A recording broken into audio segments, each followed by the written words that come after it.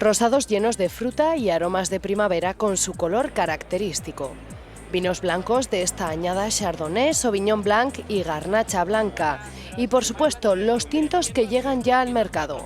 Vinofest es un escaparate inmejorable para las 24 bodegas que presentan sus nuevos caldos y para el consumidor, que encuentra en este salón más de 150 vinos diferentes. Aquí tenemos bodegas de las 5 subzonas de la denominación de origen: Ribera Baja, Ribera Alta, Baja Montaña, Valdizarbi y Tierra Estella.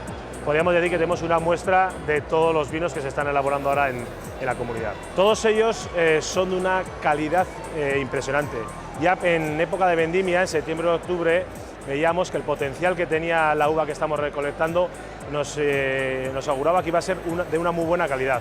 Los vinos que aquí podemos disfrutar este año, las presentaciones de las bodegas, nos están corroborando esa intuición y viendo que nos encontramos ante una de las mejores cosechas de la década. No hace falta ser un experto para disfrutar del vino, hace falta querer disfrutar de él, querer vivir el vino, simplemente buscar el perfil de vino que te gusta, más frutal, menos frutal, con más madera, menos madera, blancos, jóvenes, tintos, y cuando poco a poco vayamos introduciéndonos en este mundo del vino, ya nos irá enganchando, enamorando, nos apasionará para querer perfeccionar nuestro conocimiento.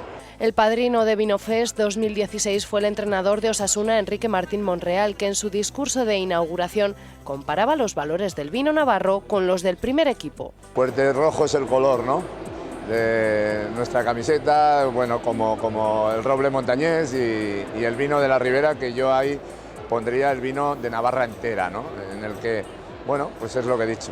Navarra, yo creo que somos una comunidad muy potente en muchas cosas, y en esto del vino, por supuesto, y a nivel futbolístico, pues también. Yo no entiendo mucho, sinceramente, pero sé cuando un vino me gusta o no me gusta, y entonces, bueno, me gusta el rosado, también el blanco algunas veces lo tomo y me encanta, y el tinto, dependiendo un poco a veces del tipo de comida que tengas, pues te inclinas por uno o por otro, y tampoco soy muy profundo, pero me gusta, sí, me gusta por lo menos una copita, probar y saborear. Vinofest tiene como objetivo acercar las bondades del vino también a las nuevas generaciones, haciendo hincapié en las maravillas de los caldos navarros y en la importancia de un consumo responsable. La denominación de origen Navarra lleva una década trabajando para romper los mitos y acercar la cultura del vino al público joven. Y a juzgar por la asistencia, parece que lo ha logrado de nuevo este año. Sí, hay que romper ese divorcio que había entre la gente joven y este magnífico alimento y bebida que es el vino, y poco a poco lo vamos consiguiendo. Al final lo que hay que hablar es el lenguaje de la gente joven y ofrecerle lo que le gusta y lo que quiere. Los vinos de Navarra tienen ahí un gran camino recorrido. Somos vinos muy frescos, somos vinos muy divertidos, muy frutales, en los que predomina nuestra fruta, nuestra variedad, y eso a la gente joven le gusta. Además, comentamos antes que los rosados y los blancos son nuestro potencial a nivel de nación de origen, y es una forma de introducir a la gente joven en este mundo tan apasionante del vino. Cuando te gusta algo, haces lo posible para disfrutarlo y hacerlo bien. Y estos vinos están muy ricos. Solemos venir a estas fiestas, ya es el tercer año que venimos al Vinofest, y luego a las fiestas que hacen también en la Ciudadela también solemos ir. Me gusta más el tinto, la verdad. Deberíamos los jóvenes aprender un poquito más del vino, yo creo. Muy bueno, está muy bueno. Los dos que hemos probado y están muy buenos, sí, la verdad que muy bien. Pues los vinos están muy ricos. Este está muy bueno. La denominación de origen Navarra recoge en Vinofest los frutos del esfuerzo realizado en cada campaña, superando año tras año el número de asistentes a este Salón del Vino. En esta sexta edición, el Festival de los Vinos de Navarra, celebrado en el Palacio de Congresos y Auditorio de Baluarte, ha recibido la visita de más de 2.000 personas.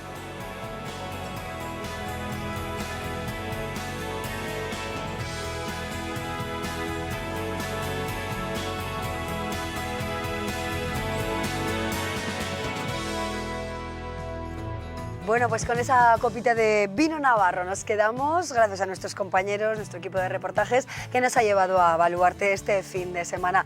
Bueno, ahora hemos cambiado de escenario, ya ven ustedes que estamos aquí en este escenario siempre más íntimo y vamos a hablar de ciencia, del libro Más ciencia para Nicolás, del profesor y escritor Carlos Chordá, que hace ya 10 años habló de ciencia para Nicolás y ahora pide más ciencia para Nicolás. ¿Qué tal, profesor Carlos? ¿Cómo estás? Bienvenido. Bienvenido y gracias por acompañarnos. Gracias a vosotros. Y yo creo que gracias por invitación. instruirnos en cierta medida. Hablábamos, mientras veíamos este reportaje de vinos, de la poca cultura científica que se aporta desde las facultades de Ciencias de la Información a los periodistas y de cómo quizá esa incultura o falta de más datos pues se transforma luego en algunos errores importantes en los medios de comunicación. Vamos a hacer crítica de nuestra profesión, Carlos. Bueno, pero sin ánimo de ofender, eso, crítica constructiva. Cuando comentábamos que cuando me hicieron la entrevista esta en EFE sobre el libro y tal, pues salió un poco el tema de que en las facultades de periodismo no se enseña, ni siquiera como si fuera una optativa, una pequeña asignatura sobre ciencias, ¿no? Para tener una base científica, por lo menos aquellos periodistas que luego van a tratar los temas de ciencia. Y yo también reflexionaba en el hecho de que incluso en la ESO, ya que todavía es una etapa obligatoria, aquellas personas que van a hacer una carrera de letras, como puede ser el periodismo, pues ya no eligen en cuarto de la ESO las asignaturas científicas de física, de química, de biología, etcétera, donde se están dando unas materias, unos contenidos que yo creo que son básicos e imprescindibles para comprender lo que es el mundo, lo que es el universo, lo que es la realidad, que puede ser la tectónica de placas, puede ser las reacciones químicas, puede ser genética, puede ser la evolución biológica. Son temas que una persona que ya con 15 años sabe que se puede dirigir hacia el mundo del periodismo, bueno, pues esa persona, esos temas posiblemente no los toque en su vida, al menos de forma, digamos, de forma arreglada. Otra cosa es que luego los aprenda por su cuenta. Efectivamente. Y luego realmente se encuentran errores, ¿no? En periódicos, en radios, en televisiones. Eso es, de hecho es uno de los capítulos del libro, un poco, pues también, más que por criticar, por señalar que en televisiones, en radios, en internet, en los medios de comunicación, muchas veces se deslizan errores incluso graves, o sea, que vienen a decir lo contrario de lo que deberían decir, ¿no? En cuestiones científicas. Supongo en otros temas también, no lo sé, pero en estos yo me doy más cuenta, sí, pero ¿no? Es cierto que bueno, nos centramos un poco en esta materia y bien es cierto que en las facultades, o al menos la facultad que conocemos o que conozco, es verdad que no hay una información bueno, pues dirigida a ser un periodista científico dedicado a esta materia, ¿no? Que la formación tiene que venir ya de forma particular o bueno, como se estime oportuno, ¿no? Sí, que quizá convendría que hubiera, yo decía, por lo menos una asignatura optativa para aquellas personas que digan, bueno, voy a ser periodista, pero voy a tratar sobre ciencia, ¿no? Por lo menos para tener esa base. Claro, bueno, más ciencia para Nicolás. ¿Qué nos quieres decir, Carlos, en este libro? Bueno, pues bastante crítico con las denominadas pseudociencias. Así es. De eso ya hablaba en un pequeño capítulo también en el libro previo, que salió hace 10 años, que era Ciencia para Nicolás. Así que el título tampoco es que haya sido ningún ejercicio así de imaginación, ¿no? Pero sí, una parte importante del libro es criticar las pseudociencias porque, en mi opinión, hacen bastante daño a la sociedad, sobre todo aquellas relacionadas con la salud. Sí. O sea, lo que podríamos llamar la pseudomedicina. De determinadas patologías, o terapias, perdón, o patologías que se pueden, desde un punto de vista, curar o mejorar con ayuda de determinadas terapias. Y haces alusión a terapias florales, por ejemplo, a la homeopatía. ¿No crees en este tipo de instrumento para sanar? ¿No crees en ello? Yo creo que la palabra creer no se puede aplicar aquí. Es decir, las cosas en el mundo de la medicina hay que comprobarlas. Y para comprobar si una terapia o un medicamento funciona, lo que se hacen son muchos ensayos. Y en esos ensayos se tiene que demostrar que la terapia, que el medicamento, funciona significativamente mejor que un placebo. Y suelen ser, los ensayos clásicos son de doble ciego, es decir, se selecciona un montón de pacientes de una determinada enfermedad, se reparten al azar en dos grupos similares, a la mitad de ellos se le da el medicamento, a la mitad de ellos se le da el placebo, de manera que ni el paciente ni el médico que lo administra y que hace el seguimiento sabe cuál de ellos está tomando el placebo y cuál la medicina. Después se analiza ya, sabiendo cuál lo ha tomado, porque están de alguna manera registrados, se analiza y si el medicamento funciona mejor que el placebo, es que el medicamento es útil. Y si no funciona mejor que el placebo, es que no es útil. Bueno, pues en el caso de la homeopatía, por ejemplo, que quizás es la más famosa, no hay un solo estudio que demuestre que funciona mejor que el placebo. Entonces no se trata de creer o no creer. Lo que a mí me parece normal es que quien defiende la homeopatía lo que tiene que hacer es demostrar que funciona. Pero demostrarlo de esa manera, no con anécdotas, no con mucha gente la utiliza, no con en Francia lo acepta la sanidad pública, sino, no, con ensayos doble ciego. Bueno, y frente a las neurociencias planteas el pensamiento crítico. Vamos a abundar un poco más en esa idea. No, en las pseudociencias no, en todo en general. Pseudociencias, eso es. En las pseudociencias y en la vida diaria. Es decir, no nos tenemos que creer todo aquello que oímos simplemente pues, porque viene de un determinado medio, porque lo dice determinada persona o porque está de moda. Las cosas simplemente hay que comprobarlas. Yo creo que se trata de un escepticismo que podríamos decir que es sano. Es decir, las cosas en principio, si tienen pintas de ser razonables, me las creo.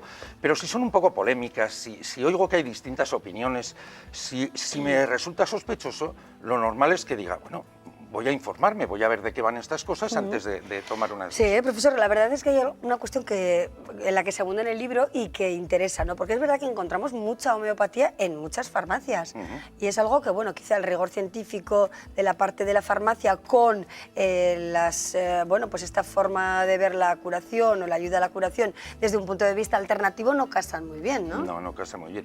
Yo también quiero ser honesto conmigo mismo. Digo, vale, yo critico que en las farmacias vendan homeopatía y de hecho se venden prácticamente en todas las farmacias, ¿vale? Pero el otro día no sé quién me comentaba y decía, claro, es que cuando tú vendes un medicamento con receta, que es lo que se vende habitualmente en las farmacias, pues lo vas a cobrar a 90 días y con suerte. Y vas a cobrar un porcentaje del medicamento. La homeopatía la cobras en mano, es cara, por mucho que presumen de que la homeopatía es barata, es cara, la cobran en mano y la gente la pide. Y entonces yo me planteo, bueno, si yo tuviera una farmacia, ¿vendería homeopatía? Pues no lo sé. O sea, yo me doy cuenta de que critico desde fuera.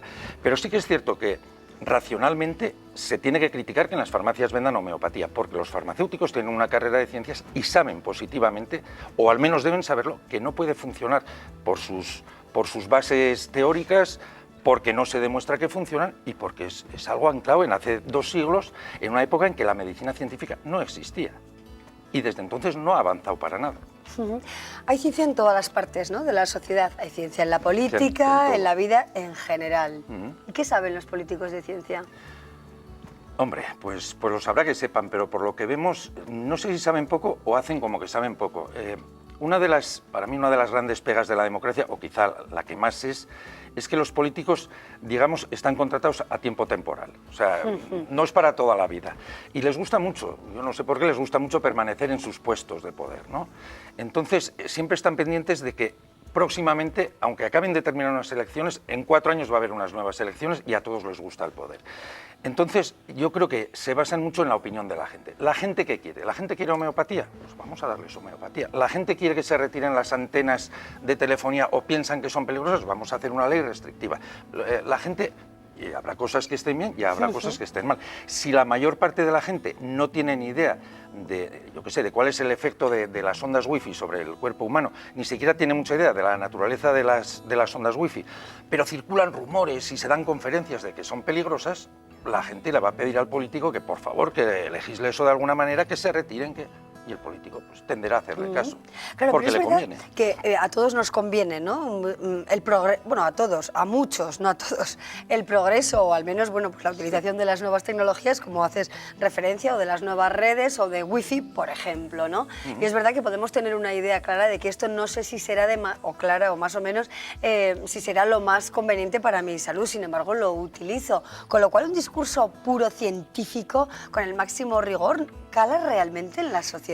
Es que hay miedos que son difíciles de quitar. Es decir, se aplica mucho lo que se llama el principio de precaución. Dices, vale, no queda claro que haga daño, pero por si acaso, ¿qué tal si lo quitamos? Sí. Dices, bueno, en el caso, por ejemplo, de la telefonía, de los móviles, pues pongamos que hace 15 o 20 años que se han popularizado. Desde entonces hay mucha gente que dice que la radiación asociada a los móviles, de las antenas, etcétera, es capaz de generar cánceres.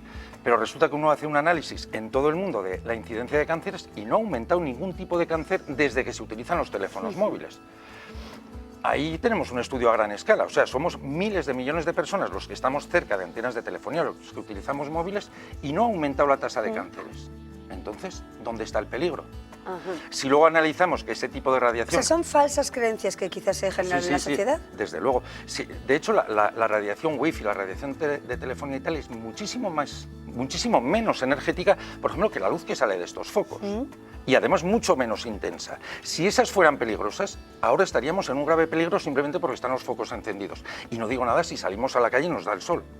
Es una radiación con una intensidad brutal y mucho más energética. Y nadie se preocupa por eso. De hecho, el sol sí que causa cánceres. Y la gente nos tumbamos a tomar el sol en verano. ¿Qué otras falsas creencias podríamos apuntar, ¿no?, que están en el imaginario popular y que prácticamente hemos confiado en que son verdad y no son tanto? Bueno, hay muchísimas, ¿no? Desde la astrología, ¿qué periódico no tiene una sección de astrología, ¿no? No sé, en muchos programas de televisión, incluso en los...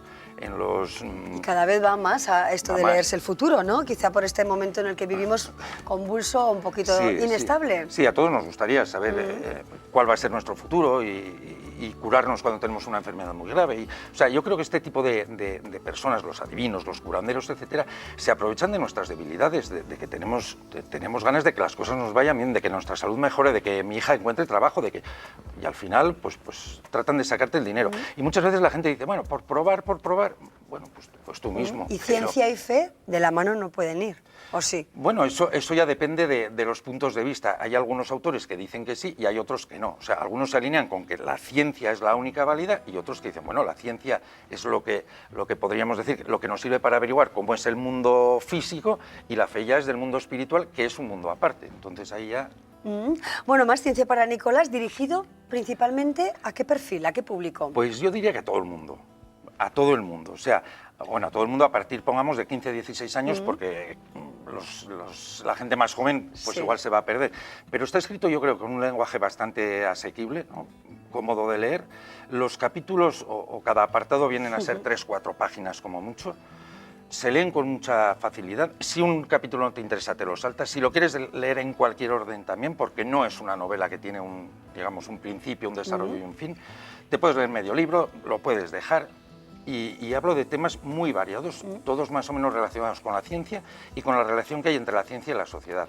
Yo creo que se puede leer y que se debe leer. Sí, bueno, es profesor del Colegio Escolapios en Tafalla desde hace ya muchos años. Y los estudiantes, ¿qué conocimientos van adquiriendo al respecto y qué posibilidad tienen, bueno, pues en el marco también, ¿no?, educativo, en el instituto, realmente de profundizar acerca de estas, bueno, pues de estos planteamientos, de estas ideas diferentes, al margen de la obligación de la currícula, ¿no? Pues muy poco. O sea, uno se fija en lo que es el currículum, en los libros de texto y tal, y este tipo de, digamos, de ideas relacionadas con el pensamiento crítico, con el escepticismo, con el cuidado, no te creas todo lo que sale, apenas existe. Es decir, tú abres el libro y te saldrá el funcionamiento del riñón o cómo se formulan las sales o cualquier cosa de estas.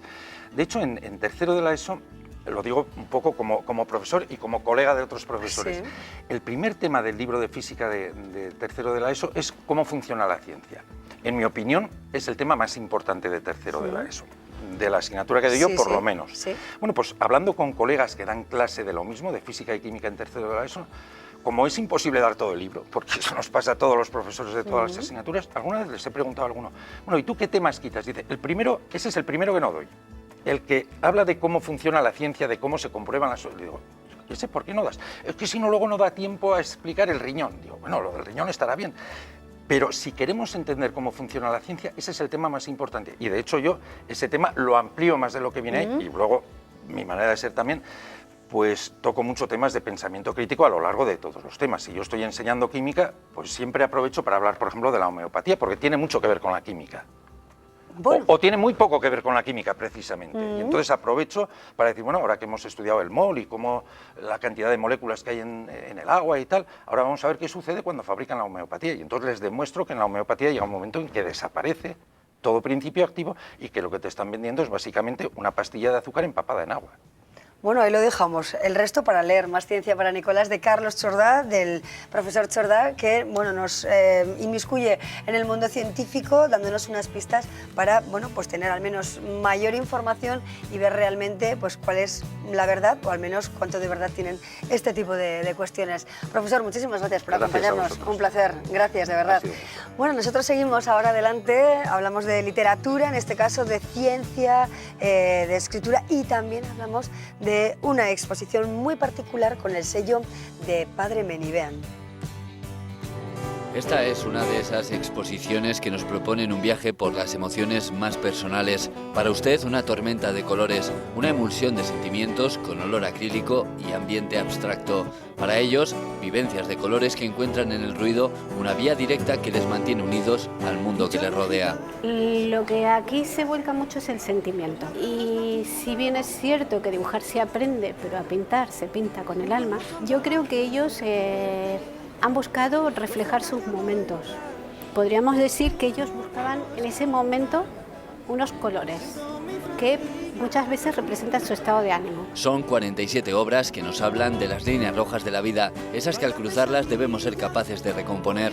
Nos hablan de historia, de cultura y de vivencias tensadas por la vida que encuentran en el arte sentido y dirección. Los autores son un grupo de residentes de la clínica Padre Meni. A través de ese método en el que desde el minuto cero uno se va con una obra debajo del brazo, eso es muy motivador para el artista, aunque no hayas pintado nunca en tu vida.